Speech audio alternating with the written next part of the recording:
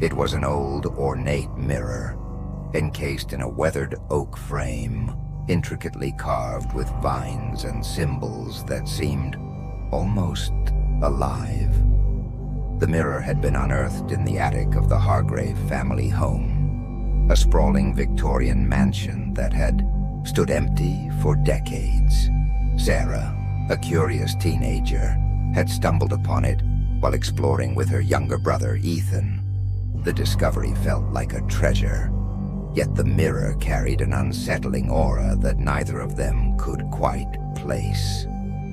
"It's beautiful," Sarah said, her fingers tracing the intricate carvings.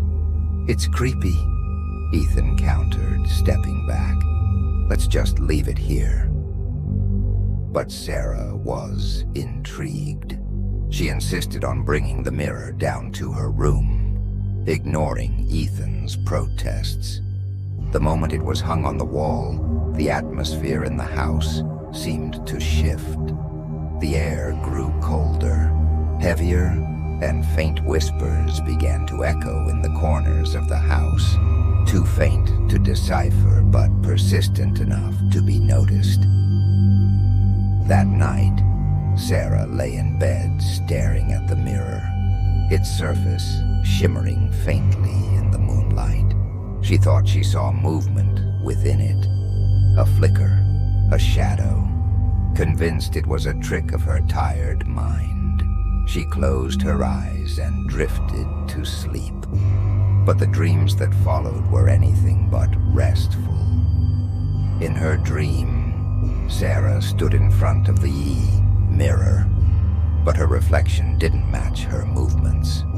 It smiled when she didn't, blinked when her eyes were wide open, and mouthed words she couldn't understand. Suddenly, the reflection reached out a hand, pressing it against the glass. Sarah woke with a start, her heart pounding and her room shrouded in darkness. Over the next few days, the strange occurrences escalated. Objects in Sarah's room would be out of place, her belongings scattered as though someone had rifled through them. Ethan, too, began to hear faint whispers, especially when he passed by Sarah's room. He swore he could see figures moving in the mirror when he glanced at it. "You need to get rid of it," Ethan urged, his voice trembling. "There's something wrong with that mirror, Sarah." "Don't be ridiculous," Sarah replied, though her confidence was beginning to waver. Deep down, she couldn't deny the growing sense of dread that had taken root since the mirror's arrival.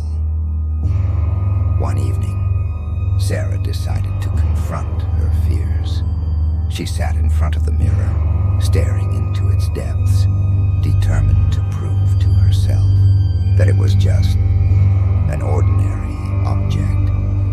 But as she watched, her reflection began to change. The face, staring back at her, twisted into a grotesque grin, its eyes dark and empty. A hand reached out from within the glass, pressing against the surface. Sarah scrambled back, her scream echoing through the house. Ethan burst into the room, his face pale. "What happened?" "The mirror," Sarah stammered, pointing a trembling finger. "There's something in it." The siblings decided to research the mirror's origins, hoping to uncover an explanation for the horrors they were experiencing. They discovered that the Hargrave mansion had once belonged to a reclusive woman named Eliza Hargrave, known for her fascination with the occult. Rumors claimed that she had trapped spirits within the mirror as part of a dark ritual. The townspeople had avoided the mansion ever since her mysterious disappearance. Determined to end the nightmare, Sarah and Ethan decided to destroy the mirror. They carried it to the backyard, armed with a hammer and gasoline. But as they prepared to shatter it, the mirror began to hum, emitting a low, otherworldly sound that made their ears ache. Shadows swirled within the glass, and ghostly faces pressed against the surface, screaming silently. "Do it, Sarah," Ethan shouted, his voice barely audible over the escalating hum.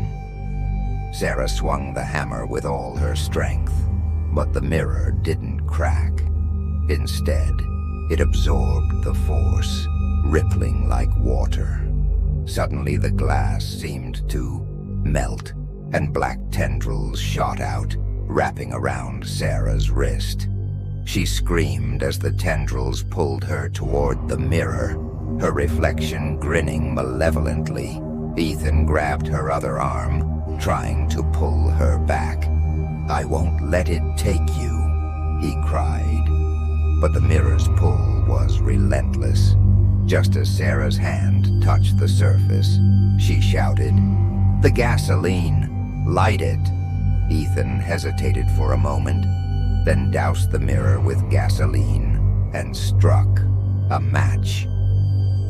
Flames roared to life, engulfing the mirror and the shadows within it. The tendrils recoiled, releasing Sarah, who collapsed onto the ground. The siblings watched as the mirror burned, the screams of trapped souls echoing into the night. When the fire finally died, all that remained was a pile of ash and twisted metal. In the days that followed, the house returned to its former stillness. The whispers ceased, and the oppressive atmosphere lifted.